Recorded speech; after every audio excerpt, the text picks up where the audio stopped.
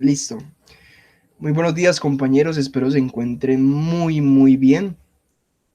Mi nombre es Harold Jessy Jereda Santander. Me alegra estar compartiéndose el día de hoy con ustedes este video. Lamento no estar con ustedes, pero en este momento mi trabajo no me permite con ustedes en esta clase. El horario que tengo ahorita actualmente es de 6 de la mañana a 3 de la tarde, por lo tanto no puedo compartir con ustedes. Sin embargo, me tomé el tiempo de hablar con el profe de mi situación y aparte presentar este video. Voy a intentar abordar el autor Theodor Adorno. Para ello voy a partir de un esquema que ya ahorita lo voy a presentar. Ahí intento abordar todo el pensamiento de Adorno. Yo sé que es un poquito complicadito y más teniendo presente todos los escritos de este autor, pero pues vamos a tratar de hacer esta presentación lo más amena posible y tratar de ir solventando todas las dudas que vayan saliendo así, aunque no los tengo ustedes presente ahí. Al menos voy a tratar de solucionar las posibles dudas que pueden ir saliendo. Listo.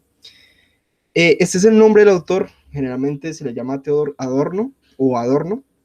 Encontramos la foto de él en la parte derecha.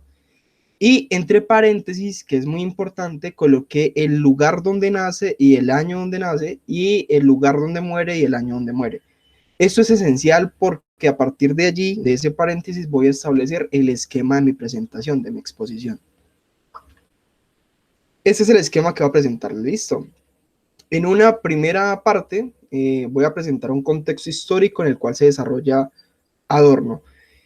Aquí no voy a tratar de expandirme más de 7 minutos. Es esencial el contexto histórico, pero a medida que avanza la exposición voy a ir ligándolo a las teorías de él, a la idealización que él se forma y al contexto donde él nace precisamente. Listo. En una segunda instancia voy a abordar la biografía, en una tercera instancia la escuela de Frankfurt y por último voy a profundizar su pensamiento pero a través de sus obras, en dos específicamente, dialéctica de la ilustración y dialéctica negativa. Por último, voy a colocar unos fragmentos de dialéctica de la ilustración que nos representan su pensamiento y aparte en un fragmento que saqué voy a relacionarlo con el número 1, con el contexto histórico. Y aquí vamos a entender la relación que tienen estos dos, el contexto y las obras. Listo, yo creo que ahí estamos bien. Aquí tenemos una foto del mapa, si la logran ver, de Frankfurt. Sí, ahí aparece como Frankfurt, pero generalmente se escribe como Frankfurt, listo. Ahorita se conoce como Frankfurt del Meno, si no estoy mal, y se ubica en el mismo lugar en el mapa. Téngase presente la parte geográfica donde está ubicada, aparte pues que es en Alemania, y los países que tiene alrededor. Porque este contexto que les planteé acá, del paréntesis de 1903 a 1969, va a ser esencial. Listo. Este es el contexto histórico. Ahí coloqué varios ítems. No los voy a leer, voy a tratar de colocarlos ahí para que los tengamos presente. En algunas diapositivas sí voy a tomar como la cuestión de la lectura porque los plasmé tal cual para que podamos seguir el hilo de la exposición, pero la idea es que sean como apuntes. Listo.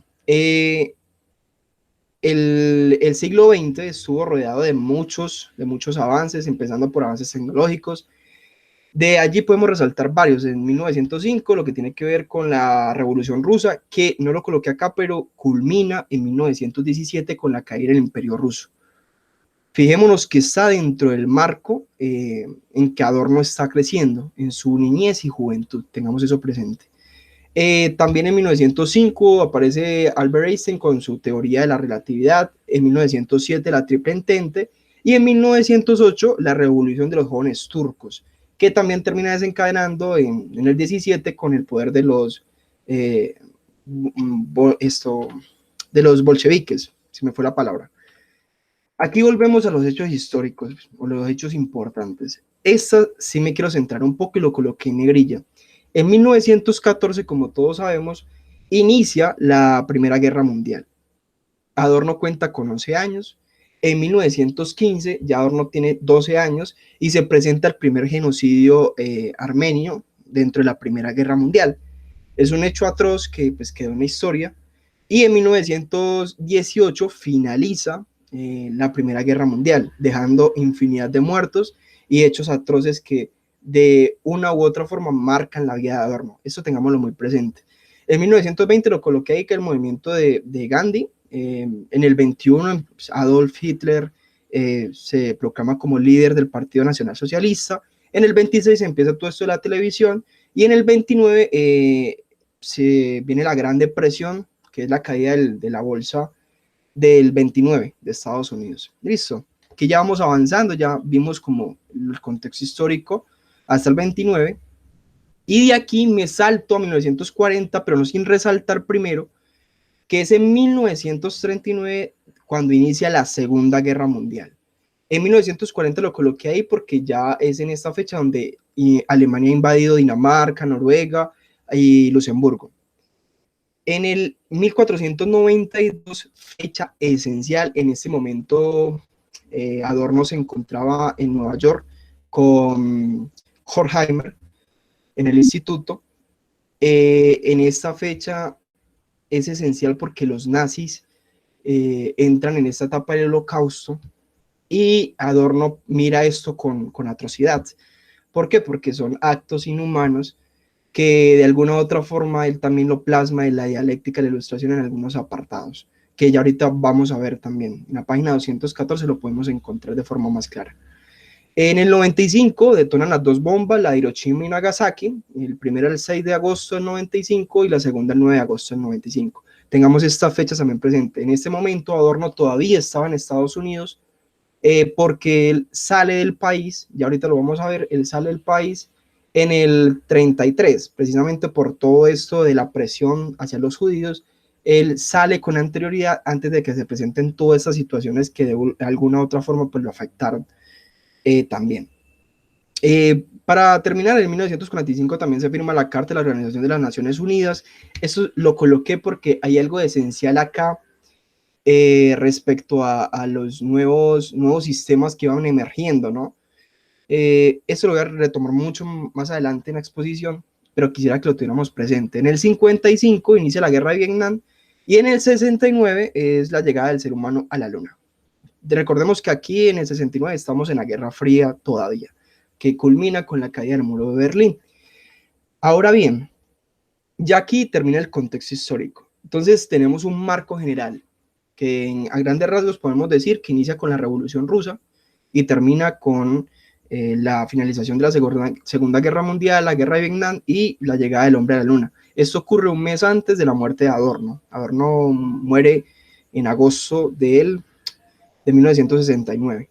Entonces tengamos esa cuestión histórica presente. Ahora sí, entramos a la parte de la biografía. Adorno es de una familia burguesa, acomodada. Su padre, Oscar Alexander, es comerciante judío.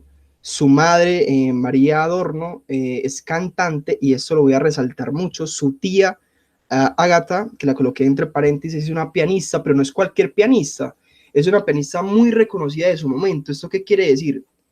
Adorno, desde los primeros días de entrada a su juventud, es influenciado por su madre y por su tía en el camino de la música, ¿sí? Esto va a ser esencial después del 25 hasta 1931, porque es en este lapso que él viaja a Viena tratando de posicionarse como un compositor y un crítico musical. Y eso es bueno que lo tengamos presente. Para Adorno, la parte musical es tan esencial que después de que él vuelve nuevamente a Alemania en el 49 y se vuelve director de la Escuela de Frankfurt del instituto, él dedica parte de su vida a escribir ensayos de música. Y él, antes de irse para la Escuela de Viena, antes de finalizar su filosofía, él también escribe ensayos de música. Ahorita lo vamos a ir viendo a medida que avancemos. En 1924, él obtiene el título de filosofía con una tesis de Edmund Husserl sobre la fenomenología. Aquí, en esta etapa, él conoce al profesor Krauer. Él lo incita en todo ese camino de la filosofía kantiana, y es con ese profesor que él profundiza la crítica a la razón pura. Aquí es donde él la entiende.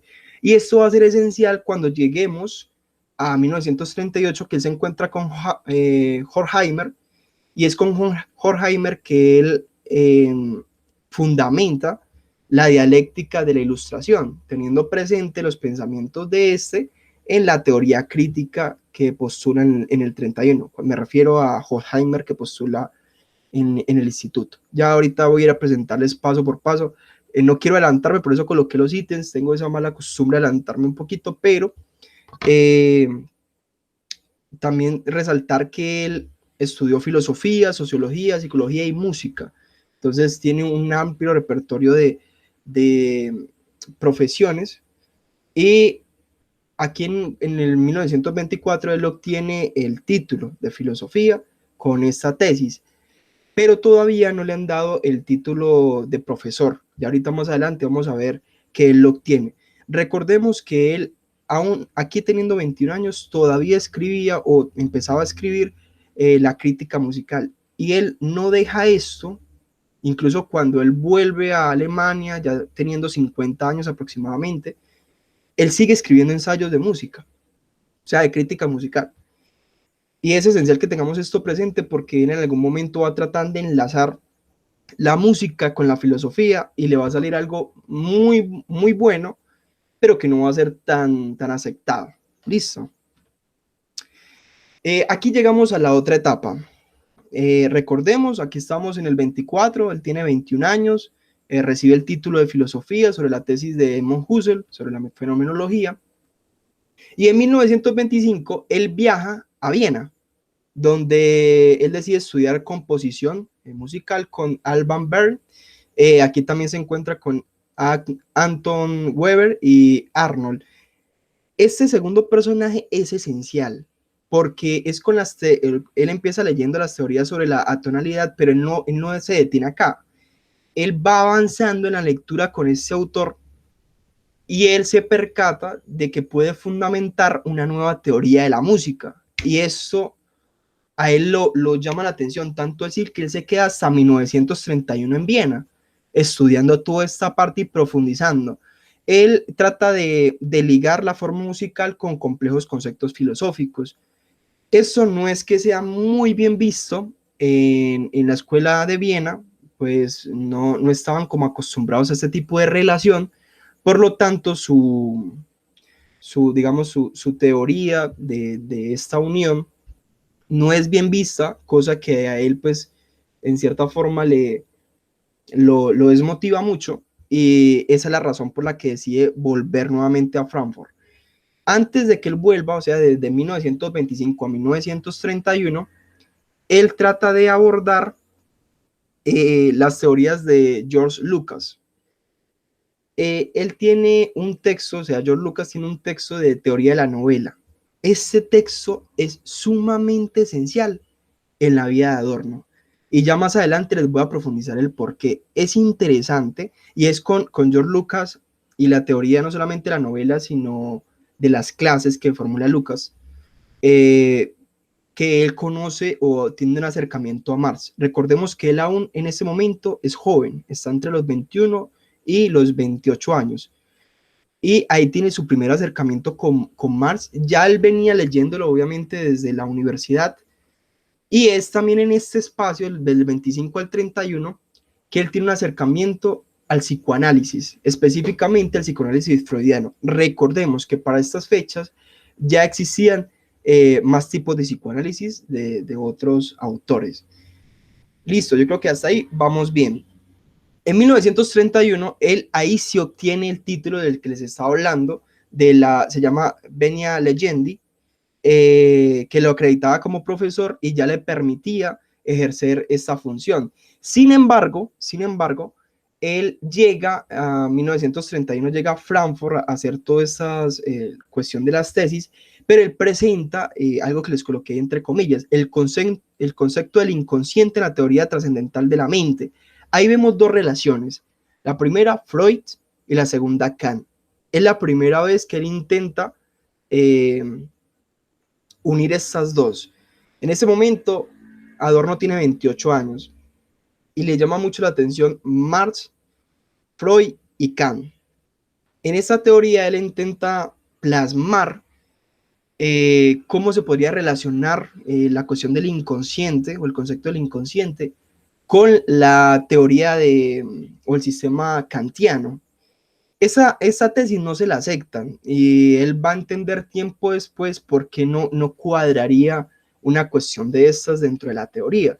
Pero él, cuando ve que no es aceptada, pues obviamente le pasa lo mismo que le pasó en Viena, y toma otra vía que es precisamente sobre Kierkegaard, y es una construcción de lo estético. Pero esa construcción de lo estético es una crítica a la subvaloración de lo estético por encima de lo ético y lo religioso. Entonces, en Kierkegaard, esa crítica es sobre Kierkegaard. Entonces es interesante cómo hace vuelco en el mismo año, presenta la otra tesis y le dan el título para que lo acreditara como profesor. Entonces tengamos en cuenta, porque esa primera teoría, perdón, esa primera tesis que él presenta del concepto del inconsciente en la teoría trascendental de la mente, la va a volver a retomar más adelante en el 38 cuando esté trabajando con Horkheimer. ¿Listo? Aquí llegamos a la parte del Instituto de la Investigación Social. Este Instituto de la Investigación Social es lo que se conoció más adelante como la Escuela de Frankfurt. Ese instituto estaba, no lo coloqué acá, de pronto más adelante sí lo coloqué. En 1931 el director, o sea, Max con X, Horkheimer, toma la dirección de ese instituto y con él da un vuelco el instituto y se enfoca en lo que tiene que ver con lo social y fundamenta una teoría crítica. Es Horkheimer quien instala esa teoría crítica. Listo, tengamos eso presente. Más adelante, Adorno va a complementar esa teoría. Por eso es que algunos intérpretes dicen que Adorno es cofundador de la Escuela de Frankfurt y es pues obviamente con mucha lógica que lo dicen, porque pues el primero que fundamenta la teoría crítica es Max Horkheimer. Incluso cuando él escribe la dialéctica de la ilustración, lo escribe con este personaje, con Horkheimer. Y en 1933 es cuando, 2 años después de que le dan el título de profesor, se integra a ese Instituto de la Investigación Social, o Instituto para la Investigación Social, en algunos aparece así. Huye del nazismo, pero este huye del nazismo pasa en el 30, casi llegando al 34, es cuando huye, o finalizando el 33, empezando el 34, huye, porque ya se veía que la carga de los alemanes hacia los judíos, y se empezaba a ver avistamientos sobre lo que podría pasar, y cosa que culminó en 1942, precisamente con el Holocausto. Entonces Adorno ve esta realidad, decide huir de Alemania y se establece en primera instancia, no lo coloqué allí, así, se establece en primera instancia en Inglaterra, listo, y en una segunda instancia se establece ya en Nueva York. El instituto en primera instancia también lo establecen en Zurich en 1934, pero es pasado posteriormente a Nueva York. Allí es donde el instituto va a permanecer por un largo tiempo, y allí es donde se van a encontrar con Horkheimer más adelante. Empieza a trabajar en el instituto con Horkheimer, pero ya es cuando él se traslada a Estados Unidos, y en el 1938 es donde él se encuentra, Adorno se encuentra con Horkheimer, y empiezan a trabajar los dos juntos en la dialéctica de la ilustración. Ahí lo coloqué entre paréntesis porque es esencial que tengamos esto presente. La dialéctica de la ilustración se escribe entre 1944 y 1947. Tengamos presente las fechas porque Adorno llega a Estados Unidos en el 38, se instala allí y es donde empieza a trabajar con el Instituto de la Investigación Social, pero no es hasta el 1947 cuando publica esta obra precisamente con Horkheimer. en esta tesis de la dialéctica de la ilustración, él plantea lo siguiente, que él duda de que algún proyecto emancipador tenga un objetivo real, porque él se fija en la ilustración y ya ahorita vamos a ver por qué él hace esta forma de pensar, él la cambia. Y él dice, si la ilustración nace con este ideal de libertad, se podría mirar con el mismo ideal de libertad en estos momentos.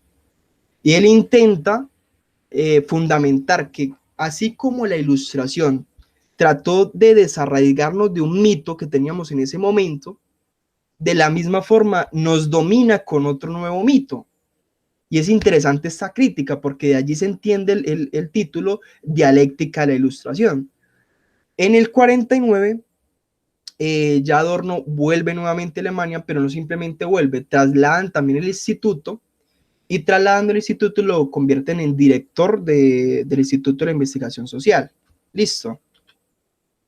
Por último, en el pensamiento de Adorno, tenemos varios textos. Primero, la dialéctica de la ilustración, que ya los estamos hablando. Tenemos también la dialéctica negativa, que negativa es porque no busca ni se define dentro de un mito, pues para que este mito sea como el emancipador, no busca eso, por eso se llama la negativa. Después escribe también la teoría estética, que la teoría estética es un libro póstumo, se publica en 1970, él muere en el 69 y se publica un año después. En estos dos últimos, él trata de plantear una crítica de la sociedad capitalista como restricción de las normas de pensamiento y de acción, como lo coloqué allí. ¿Esto qué quiere decir? Lo especifiqué de forma más específica en el inciso número 1. De la forma en que la ilustración nace, él no critica tanto la ilustración en sus primeros términos, sino que en lo que se ha convertido en los tiempos de él, porque han endiosado la razón como instrumento y esa razón que ha sido endiosada los ha condenado a sí mismo a los hombres, porque ya no hay precisamente como su nombre indica, no hay una teoría crítica, no hay una crítica, porque la ilustración es la libertad de la crítica.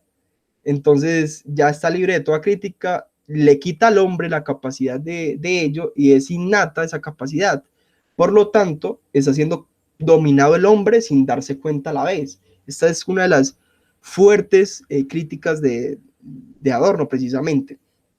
Por último, para cerrar esa parte de la biografía, Adorno plasma, y eso es esencial que lo tengamos presente, Adorno plasma sus enseñanzas revolucionarias de la realidad o a la realidad, pero él mismo condenó la violencia estúpida en la calle. ¿Y eso por qué lo colocó así?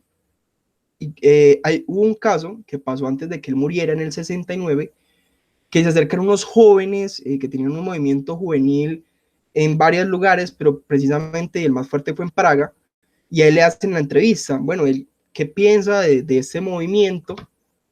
Y él dice, o sea, son unos incapaces, son unos ignorantes en la cuestión teórica, cosa que en cierta forma les ofende obviamente a este movimiento de los estudiantes porque tenían a Adorno como un referente y Adorno los desavalan totalmente, porque no está de acuerdo con esta revolución que tiende a la violencia y más violencia en la calle, como lo coloco allí entre comillas.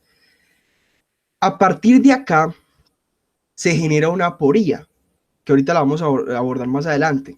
Resulta y pasa que esta aporía pretende, se basa obviamente en la dialéctica de la ilustración, pretende demostrar o mostrarnos que la misma ilustración nos saca de un mito, pero nos envuelve en uno nuevo, y en uno nuevo que tiene el carácter de emancipador, pero a la vez de condenarnos al dominio. Entonces es a partir de allí que se crea una aporía.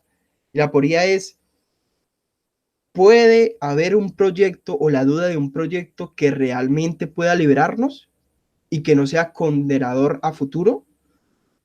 Y es por eso que él no apoya estos movimientos, porque dicen, no entienden el pensamiento de la escuela, no entienden que el conocer también es una forma de revolución.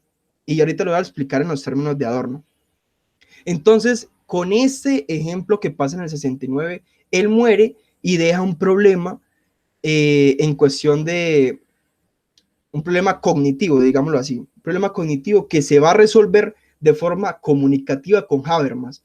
Hay un choque en estas dos, porque Adorno plantea un sujeto-objeto y Habermas plantea una relación del sujeto en sí.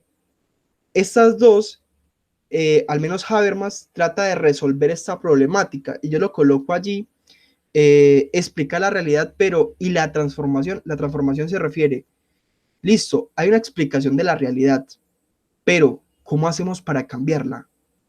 ¿Qué tipo de revolución vamos a utilizar? Entonces, ahí queda como, digamos, un hueco en esa teoría, o así lo ve Habermas. Es Habermas precisamente el que plantea una visión comunicativa, y lo coloco allí entre paréntesis, y es por medio de esa que se intenta resolver esta problemática. Es por ello que yo hablé con el compañero Fabián, creo que se encuentra ahorita en esta clase, y con Fabián hicimos un puente para poder enlazar esta problemática última que deja en el 69 Adorno y enlazarla con la visión comunicativa de Habermas, cómo intenta solucionar esta problemática o este tipo de aporía que él planteó. Ahora bien, aquí entramos en el tercer punto, la Escuela de Frankfurt. Entendamos por Escuela de Frankfurt que se inicia en el Instituto de la Investigación Social. Hay algunos autores que dicen que la Escuela de Frankfurt no es toda el Instituto de la Investigación Social, y es entendible. ¿Por qué? Porque es en 1931, como lo coloco allí, que Max Horkheimer toma posición de director en el Instituto de la Investigación Social. Y es con este autor que este instituto da un giro, y ese giro se le conoce como la Escuela de Frankfurt, que se forma en el mismo instituto, pero no tiene unos ideales establecidos hasta 1931, que llega ese autor. Recordemos también, y ahorita voy a explicar la foto que lo acabé de ver allí, entendamos también que es Max quien fundamenta la teoría crítica, no es Adorno. Adorno llega en el 38, cuando él está en Estados Unidos, y aporta a esta teoría crítica, pero uno de los primeros iniciadores con la teoría crítica es Horkheimer precisamente, o sea, Max Horkheimer, se me dificulta un poco el nombre. Entonces, es con este autor que inicia la teoría crítica, que es una teoría social, y es con Adorno que se complementa, digámoslo así, porque es con los avances del 38 y con la culminación de la dialéctica de la Ilustración en el 47 que se terminan dando aportes a esta teoría crítica que fundamenta la Escuela de Frankfurt. Listo, creo que ahí estamos bien.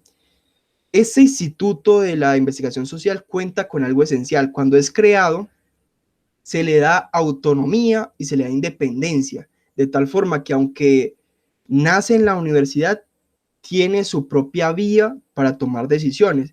Y esto lo hicieron así para que este instituto tuviera la capacidad investigativa de lo social e ir leyendo hechos que se iban presentando y formulando teorías. Es de allí con Horkheimer que nace la teoría crítica, y eso es esencial aclararlo. Listo. Ahora bien, Horkheimer era un lector empedernido de Marx y de Hegel. Por lo tanto, plantea un marxismo hegeliano. Y ahí estamos mirando claro, ¿sí o no?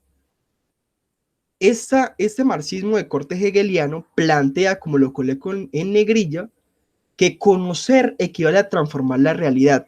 Y ahí me devuelvo para dar un contexto a eso que pasó en el 69. El caso de los estudiantes de Praga, bueno, eran de varios lugares. Praga era el lugar donde más se cobraba fuerza este movimiento. Listo, tengamos eso presente. Pero esta revolución que se estaba presentando, Adorno no la avala. Dice, les falta teoría crítica, les falta capacidad en todos estos asuntos, porque están siendo ignorantes. Entonces incluso utiliza palabras fuertes, pero es porque él está avalando ese mismo pensamiento de la escuela de Frankfurt. Y aunque más adelante él trata de distanciarse de Hegel, ahorita lo vamos a ver en qué sentido, aún se conserva ese ideal de teoría crítica. Listo, tengamos eso muy, muy presente allí. Me voy a volver un momento acá. Desde 1925 a 1931, cuando él está en la escuela de Viena, él se acerca allí al pensamiento de Marx por medio de la teoría de la novela de Lukács. Se acerca también a Freud y se acerca a la cuestión de las clases o los tipos de clases. Listo. ¿Eso para qué? Para decirle lo siguiente, volvamos acá. Horkheimer, antes de que llegara Adorno, en el 31, tenía unas bases claras de el marxismo o Marx, tenía bases de Hegel y tenía también bases de Freud.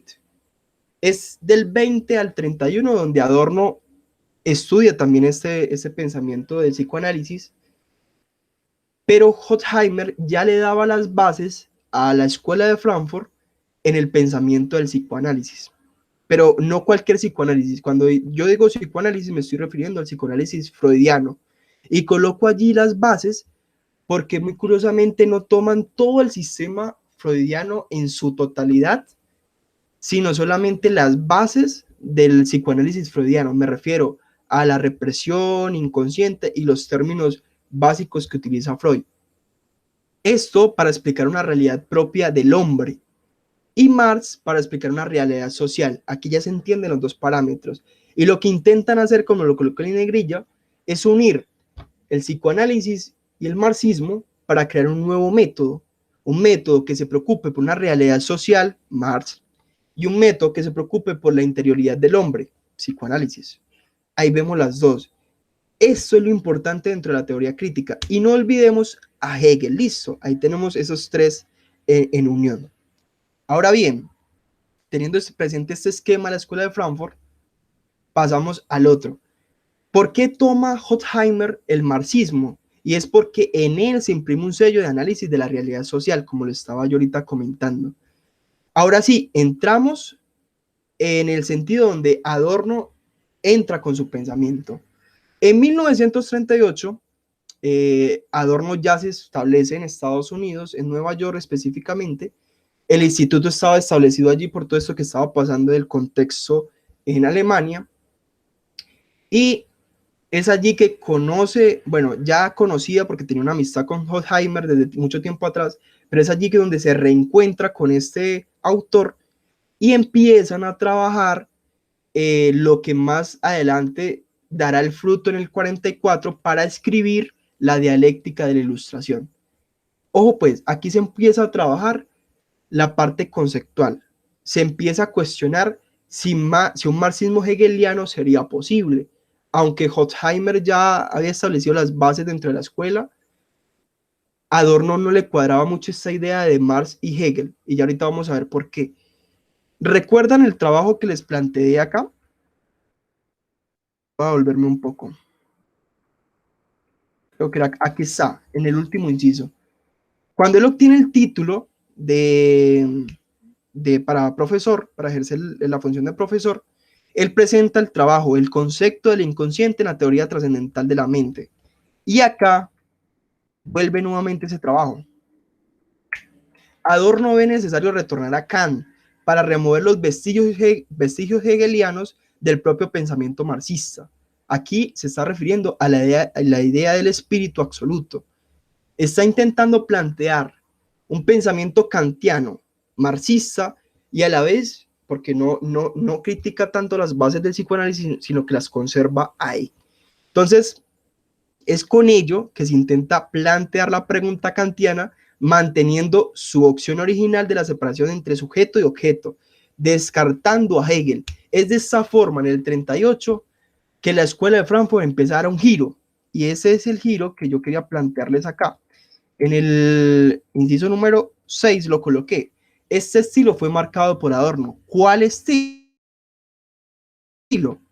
Donde Kant intenta seguir esta idea del sujeto-objeto, pero ya se descarta un espíritu absoluto de Hegel y se sigue conservando el pensamiento marxista. Adorno se consideró marxista, listo, tengamos eso presente. Sin embargo, algunos intérpretes que lo llaman neomarxismo, porque él no apoya como tal esas prácticas marxistas que se ejercían en su momento. Recordemos algo y tengamos algo muy presente, que es bueno aclarar. Si un país dice ejercer el marxismo, no significa específicamente que esté ejerciendo el marxismo, listo. Entonces, bajo este pensamiento es que Adorno toma su posición, porque él piensa y ve que ninguno de estos países realmente está impartiendo un marxismo, sino que son ideas que se van mezclando y van dando fruto otras cuestiones. Esto usted puede variar de pensamiento entre intérpretes, ¿sí? Unos les van a decir que sí, otros les van a decir que no. Eso es cuestión de analizar. Sin embargo, algo que tenemos que tener claro es, no porque Cuba diga que es socialista o porque las FARC digan que son marxistas o todo eso significa realmente que lo sean. Y eso, ¿por qué lo digo? Porque aunque Adorno se considera marxista, no significa específicamente que apoyara los regímenes de su momento, porque él no veía que allí realmente hubiera marxismo. Él pensaba que todas estas ideas del marxismo habían sido contaminadas y que estaban haciendo otra cosa que no era marxismo. Entonces tengamos eso claro, porque no quiere decir que esté apoyando esos regímenes de su momento. Incluso podemos decir que en algunos momentos de su vida él estuvo en contra de muchas de estas cosas. Listo. Ahora sí, aquí voy a lo esencial. Quiero que paremos un momento. Volvemos un poco atrás. Aquí lo colocaba. En el inciso número 6 lo coloqué. Conoce a George Lucas, teoría de la novela que leyó en la universidad. Adorno lee la teoría de la novela en la universidad antes de cumplir los 21 años, antes de graduarse. Pero él no conoce en ese momento a George Lucas. Es desde el 25 al 31, estando en Viena, que él lo conoce y lo ve presencialmente y habla con él. Allí es donde él se queda más con Marx. Es allí donde la idea de Marx le llama más la atención, aunque no se niega que cuando estuvo en la universidad él leía a Marx. Listo. Entonces tengamos este hecho presente, porque ahí es cuando llegamos a esta parte esencial. Adorno se convence, gracias a Lucas precisamente, de aceptar el materialismo dialéctico como método cognitivo. Esto lo paréntesis lo voy a omitir un momento. Basado en Lucas, Adorno entiende lo siguiente, cito Rojas, página 81. Las formas culturales no eran inmortales, entonces la tarea del intérprete de la obra artística del pasado, al ejecutar esta, era la de rescatar su significado viviente actual. ¿Qué quiere decir con esto? Adorno, teniendo presente el pensamiento de Lucas, tanto la teoría de la novela como el pensamiento marxista de este, da un vuelco a su mirada completa. Y él se percata que él tiene que mirar el significado que se le está dando ahora y no las bases con las que inició. De allí entendemos el nombre de dialéctica de la ilustración. De allí se entiende por qué hace esta crítica, porque él se enfoca, lo coloqué allí en la parte de abajo, se dirige a averiguar lo que decían los sujetos culturales. Ojo pues, a pesar de las intenciones declaradas. ¿Qué quiere decir esto? Él mira las intenciones que tienen ahorita los sujetos y no las intenciones que empezaron la ilustración. Porque él se percata que pudieron iniciar con unos ideales, pero lo que estaban haciendo ahora era lo mismo con lo que intentaron luchar. O sea, el mito con el que intentaron luchar se terminó convirtiendo en ellos mismos. Y es una crítica estupenda que le da sentido a toda su obra de la dialéctica trascendente, de la dialéctica de la ilustración, perdón. Me estaba pasando acá. Entonces, la lógica, bueno, ahí ya le expliqué la lógica del título. Coloqué entre paréntesis la hermenéutica de Dilthey. Voy a hacer un par acá. No voy a profundizar tanto en Dilthey, pero es bueno retomarlo por una cosa. En Dilthey busca el objetivo del autor, ¿sí? O sea, la parte subjetiva del autor en la obra. Para algunos intérpretes, esto ahorita se consideraría imposible tal vez. Cuando uno lee a Dilthey, uno entiende los términos en los que lo estableció. Sin embargo, ¿qué pasa? Que volver a rescatar el carácter subjetivo que le dio el autor cuando el autor ha muerto es una tarea complicada. ¿Por qué? Porque no tenemos el autor para que nos lo diga. Y si tenemos escritos del autor, sería interpretación de esos escritos.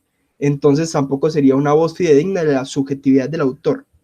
Ahora bien, Adorno plantea una hermenéutica en la dialéctica de la Ilustración, y voy a arriesgarme a decirlo, plantea una hermenéutica contraria a la de Dilthey, porque él no se fija en la subjetividad del autor.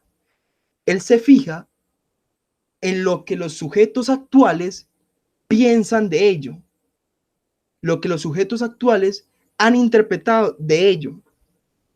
Y ahí es lo genial de la dialéctica de la Ilustración, y aquí me estoy emocionando, lo sé, pero es llamativo cómo plantea esta hermenéutica, si le podemos llamar así, yo estoy completamente seguro que se le puede llamar hermenéutica, a esa dialéctica que él hace con Horkheimer, precisamente porque lo que él intenta hacer es eso, no enfocarse en las raíces de la Ilustración que podrían ser muy buenas sobre la libertad, sino que ahora se sienten como cadenas de la misma forma que aquella Ilustración nació para darnos libertad y luchar contra un mito, se transforma ahora en el nuevo mito.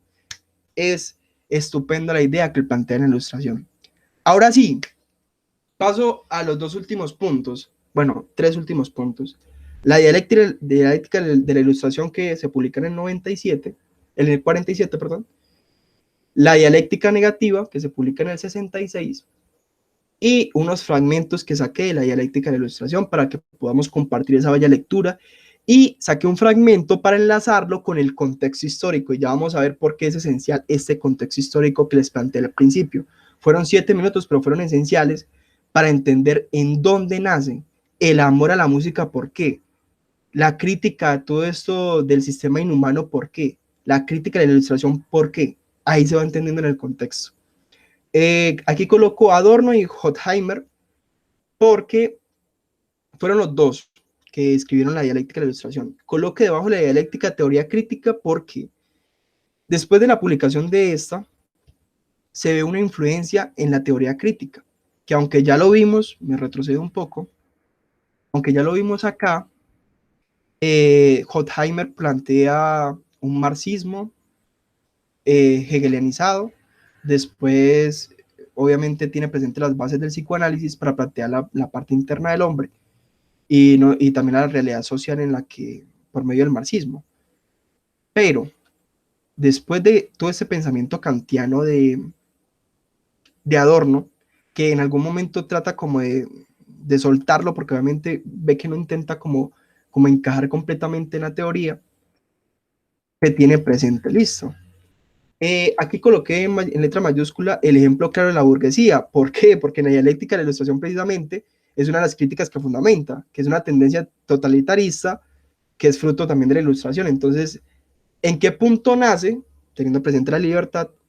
¿Y en qué punto está? Teniendo presente la dominación. Entonces es interesante esta contraposición de dónde nace a dónde está. Aquí me voy a tomar la libertad de leer algo, listo, para explicarlo. Dice, la libertad está indisolublemente ligada a la Ilustración. Esto en resumen de lo que pasó.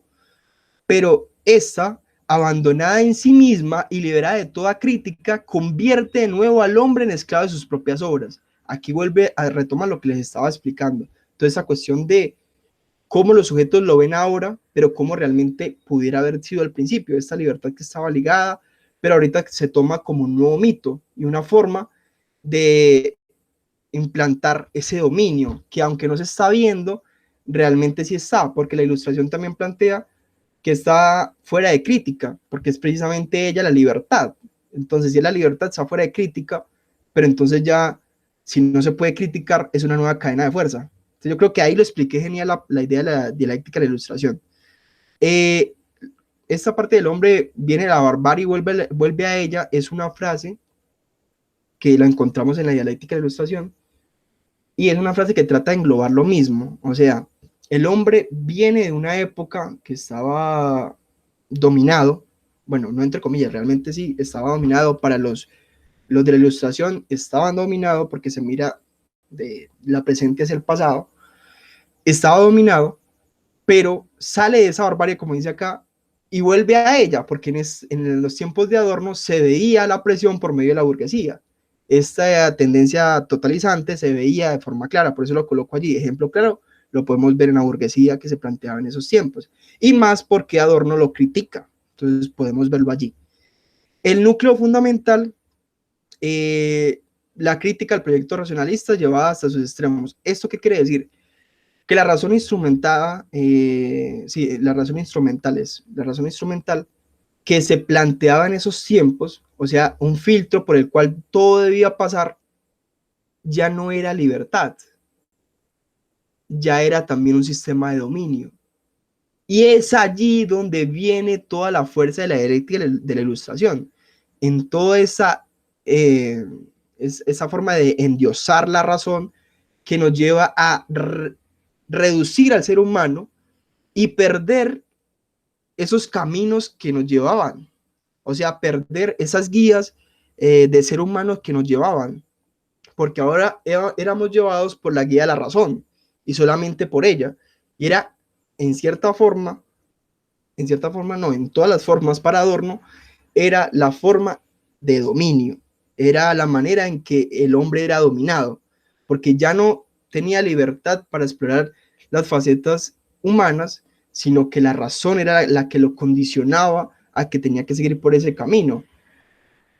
Adorno acá plantea, y me voy a tomar el atrevimiento para afirmarlo, lástima que no voy a estar para poder discutirlo, que sería muy bueno.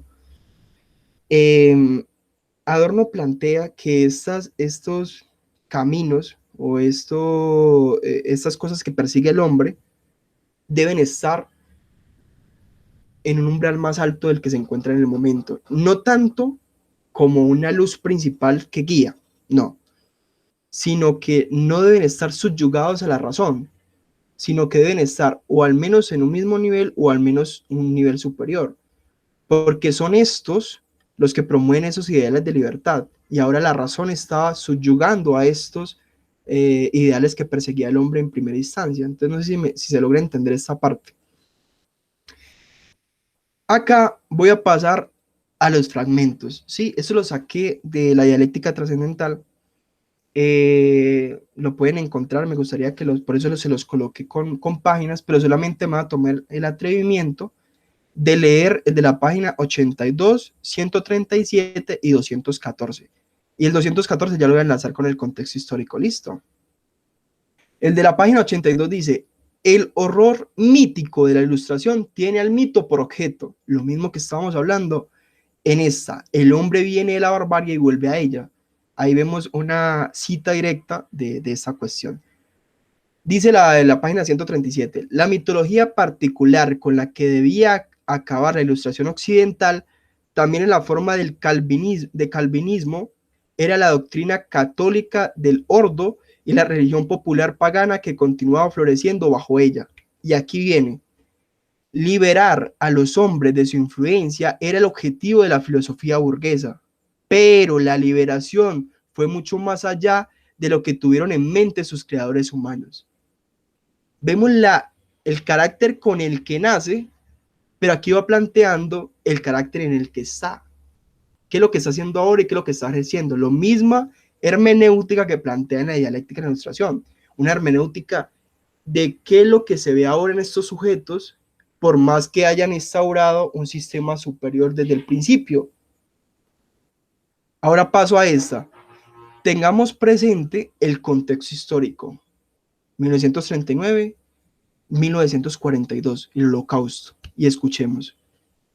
El entrelazamiento dialéctico entre la ilustración y el dominio, la doble relación del progreso con la crueldad y con la liberación, el autodominio ilustrado mediante el cual los judíos asimilados pudieron superar en sí mismos los signos dolorosos del dominio ajeno, como una segunda circuncisión, los ha conducido sin condiciones de su propia comunidad en disolución, a la burguesía moderna, la cual se dirige ya irremisiblemente hacia la recaída en la pura opresión. Página 214. ¿Qué quiere decir? Aquí se está refiriendo al contexto histórico precisamente, y esto lo encontramos en la dialéctica de la Ilustración. Es por ello que decidí hacer ese esquema del contexto histórico para tener claro por qué él escribe esto.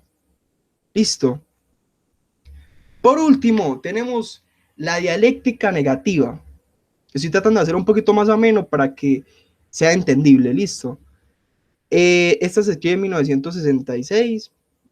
Ya lo he explicado al principio, negativa, por lo que, o sea, no busca ni acepta ninguna transformación de nuevo mito, ni nada que pueda emanciparnos con la idea de solamente emancipar, sino que detrás de esa misma emancipación puede haber un sistema de dominio. Y aquí la pregunta con todo esto es, eh, la pregunta no, o sea, el planteamiento que él dice es esta duda de viabilidad de todo proyecto emancipador. Y es la duda que crea la dialéctica de la Ilustración, y es la misma duda que plantea la dialéctica negativa. Esa dialéctica negativa tiene una palabra, bueno, dos palabras, que la guían, que es la no identidad. Y aquí voy a tomarme yo por acá lo coloqué. El principio, aquí está. El principio de la no identidad es el fundamento de la filosofía de Adorno. Eso es, no identidad entre la conciencia verdadera e intereses políticos del proletariado. Aquí vemos unos ideales que fueron establecidos, pero unos ideales que no corresponden a la identidad de los tiempos que se presentaban en Adorno, en el contexto que él veía.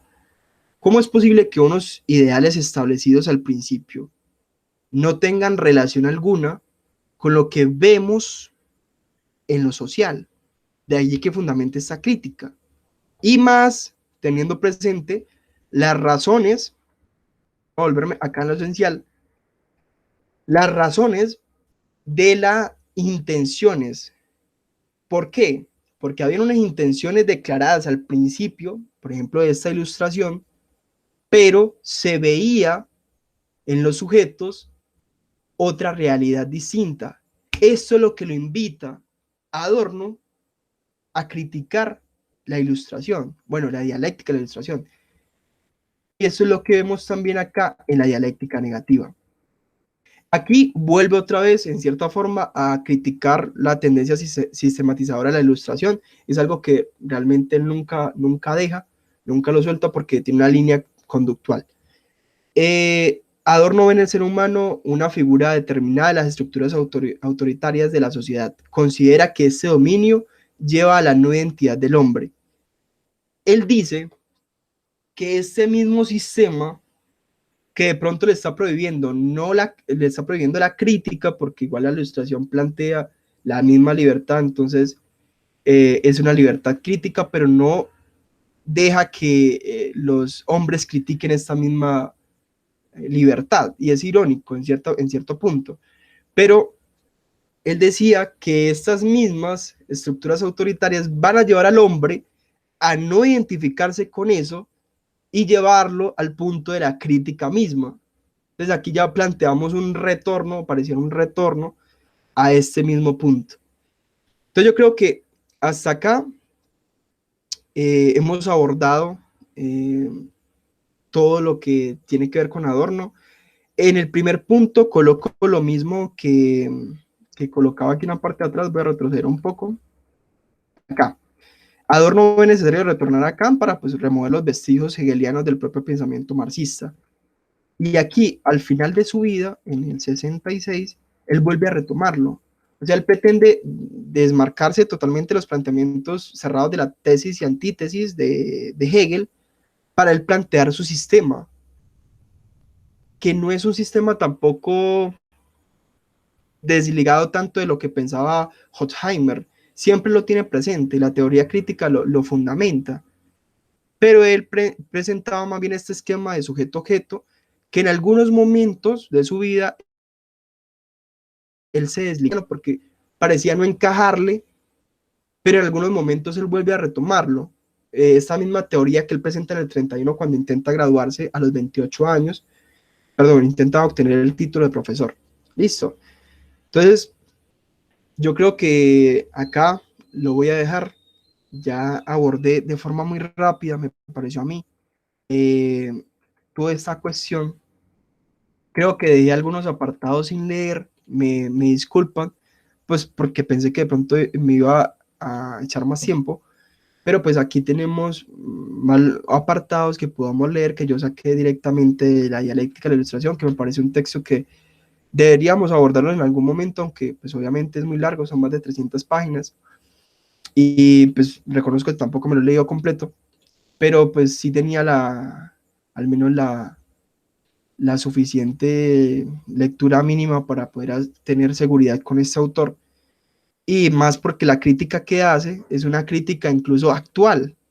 Por eso Adorno no deja de ser actual, porque la crítica que él fundamenta es, algunos lo consideran una aporía y tienen mucha lógica en considerarlo, eh, porque es esta misma la que intenta resolver Habermas, aunque pues él plantea su método, pero de la misma forma que él plantea esto, de que la ilustración nace con un ideal y que en estos momentos se siente el mismo mito, pero ahora es nuevo mito, que intenta darnos libertad, pero realmente nos está dominando con su nueva forma de pensar.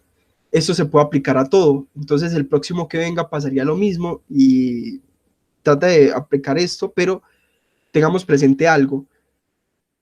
No es de esta forma en la que lo está planteando, ¿listo? Él plantea esta crítica o esta crítica a la dialéctica de la ilustración en pos de pensar la identidad que tenemos con la historia también, aunque hay una parte de la historia que él aborda, pero pues no me gustaría extenderme tanto acá, porque de todas maneras es un tema muy, muy amplio la parte de la historia. Y pues es interesante esta forma en la que él critica, porque se puede ver o se puede aplicar también en nuestro tiempo. Y aquí aplica, literalmente aquí aplica la cultura de masas también. Listo, entonces tengamos todo eso presente y por eso coloqué yo acá en el contexto histórico y lo coloqué con mucha razón acá, nacimiento de la televisión, porque tenía esa visión de la crítica a las masas y por eso lo coloqué allí. Entonces tiene una lógica de conexión porque en estos tiempos se aplica para la cultura de masas precisamente. Una forma en que supuestamente nos da más libertad de elegir, pero siempre son condicionamientos. O sea, hay una libertad de elección, pero en realidad son condicionamientos, porque no hay una libertad total. Son condicionamientos o son dominios de esa forma de pensar, pero lo terrible de esa forma de pensar es que es una forma de pensar a la vez condicionada y a la vez dominada. Entonces se permiten una libertad que a la vez está limitada. Y esto es también una crítica que hacia Adorno se puede sacar una interpretación del mismo. Entonces, muchas gracias. Espero que haya quedado claro pues todas las cuestiones, todo lo que tenía que ver con ese autor. Nuevamente pues me disculpo no poder estar con ustedes para solucionar las dudas, pero tal vez dejen salir un momento en el transcurso de este mes y podamos conectarnos. Muchas gracias.